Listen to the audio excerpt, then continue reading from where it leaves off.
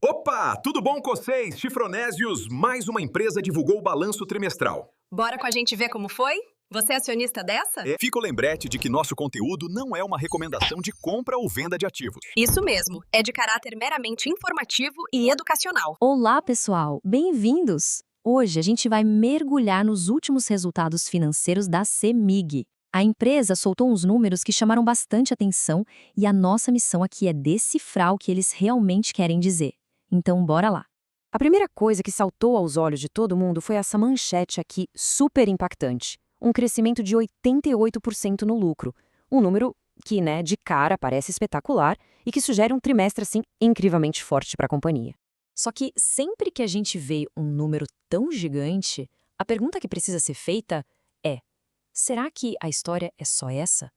Tem alguma coisa por trás dessa manchete? Será que esse crescimento todo reflete a operação real da empresa? É exatamente isso que a gente vai fazer agora. Vamos dar um passo para trás, olhar além do número principal para entender a verdadeira saúde financeira da CEMIG. É hora de desmontar os componentes que levaram a esse resultado. E aqui está o ponto central da nossa conversa. Olha que contraste gritante. Enquanto o lucro reportado, aquele que foi para a manchete, subiu 88%, o lucro recorrente, que é o que mostra de verdade o desempenho do dia a dia da empresa, sabe? Sem eventos únicos. Esse, na verdade, caiu 12%. Essa diferença é a chave de tudo. E aí, o que explica essa discrepância toda? A resposta está no evento não recorrente, um evento único, um ajuste contábil de 788 milhões de reais. Isso veio da remensuração de um passivo. Ou seja, foi um ganho que só aconteceu uma vez, que inflou o resultado final, mas que não tem nada a ver com a geração de caixa da operação do dia a dia.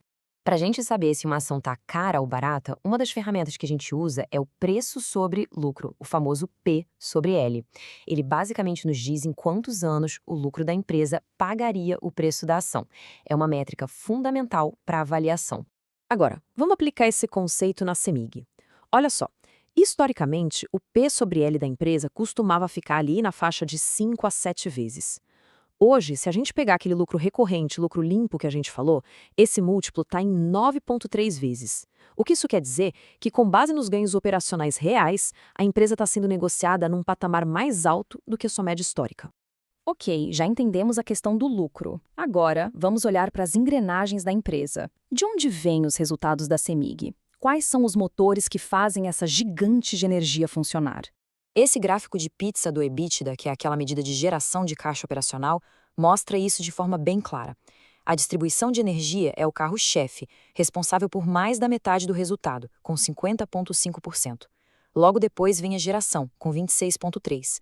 Ou seja, juntos, esses dois segmentos são quase 80% do motor de lucros da CEMIG. Agora, olhando para frente, a história da CEMIG é de um plano de investimentos, extremamente ambicioso. A empresa está se preparando para um ciclo de crescimento muito, mas muito forte. Dá uma olhada nesse salto. Em 2025, a companhia já investiu um valor recorde, 6,6 bilhões de reais. Mas o plano para os próximos 5 anos é ainda maior, um total de 44 bilhões, o que dá uma média de quase 9 bilhões por ano. É um volume de grana que pode realmente mudar o patamar da empresa lá na frente. Mas como tudo na vida e nas finanças, não existe almoço grátis, né? Esse plano de crescimento super robusto vem com uma consequência direta que a gente precisa ficar de olho. E esse custo, como a gente pode ver, é o aumento da dívida. A alavancagem financeira da CEMIG, que a gente mede pela relação entre a dívida e o EBITDA, subiu de 1,3 para 2,3 vezes. E com essa aceleração toda nos investimentos, a tendência é que esse indicador continue subindo, viu? Vamos mudar de assunto agora e falar de outro tema que interessa muito a quem acompanha a empresa, os dividendos, porque aqui também tem uma diferença importante entre o que está no papel e o que aconteceu na prática recentemente. A política oficial da CEMIG diz que ela distribui 50% do lucro. No entanto, em 2025, o pagamento foi de 85%. Isso resultou num dividend yield de mais de 9%.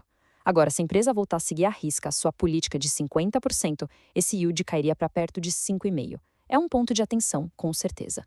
E essa frase resume bem a situação. A expectativa do mercado, e faz todo sentido, é que esse pagamento de dividendos se normalize, que ele volte para o nível da política oficial. Então, projetar esse retorno altíssimo para sempre pode ser um pouco arriscado. E tem mais um detalhe. A CEMIG tem essa característica bem peculiar, um atraso bem grande entre a hora que anuncia o dividendo e a hora que ele cai na conta. Basicamente, os proventos anunciados durante um ano inteiro só são pagos em junho e dezembro do ano seguinte. É um fluxo que exige uma certa paciência do acionista. Bom, chegando na reta final, vamos juntar todas as peças do quebra-cabeça e montar um placar, um balanço com os pontos positivos e os pontos de atenção para a CEMIG daqui para frente. Então, do lado das oportunidades, o que a gente tem? Um plano de investimentos gigantesco de 44 bilhões e sempre aquela possibilidade de uma privatização no futuro. Já do lado dos riscos, a dívida que está subindo para bancar esse crescimento todo, uma avaliação que já não está mais aquela barganha de antes e a grande probabilidade dos dividendos voltarem para um patamar mais baixo, perto dos 50%. E assim, a grande questão que fica no ar é essa. A gente está vendo uma empresa que está plantando agora, com investimentos pesados, para colher frutos incríveis no futuro, ou a gente está vendo uma história com aumento de risco que exige um pouco mais de cautela? A resposta para essa pergunta é o que vai definir a trajetória da CEMIG nos próximos anos. Então por hoje é só, pessoal. Deixem nos comentários o que acharam do balanço. Isso, nos diga se você já é acionista e se está comprando nesses preços. Curte, compartilha, siga o perfil, assine o canal para dar aquela moral. É Money! Tchau!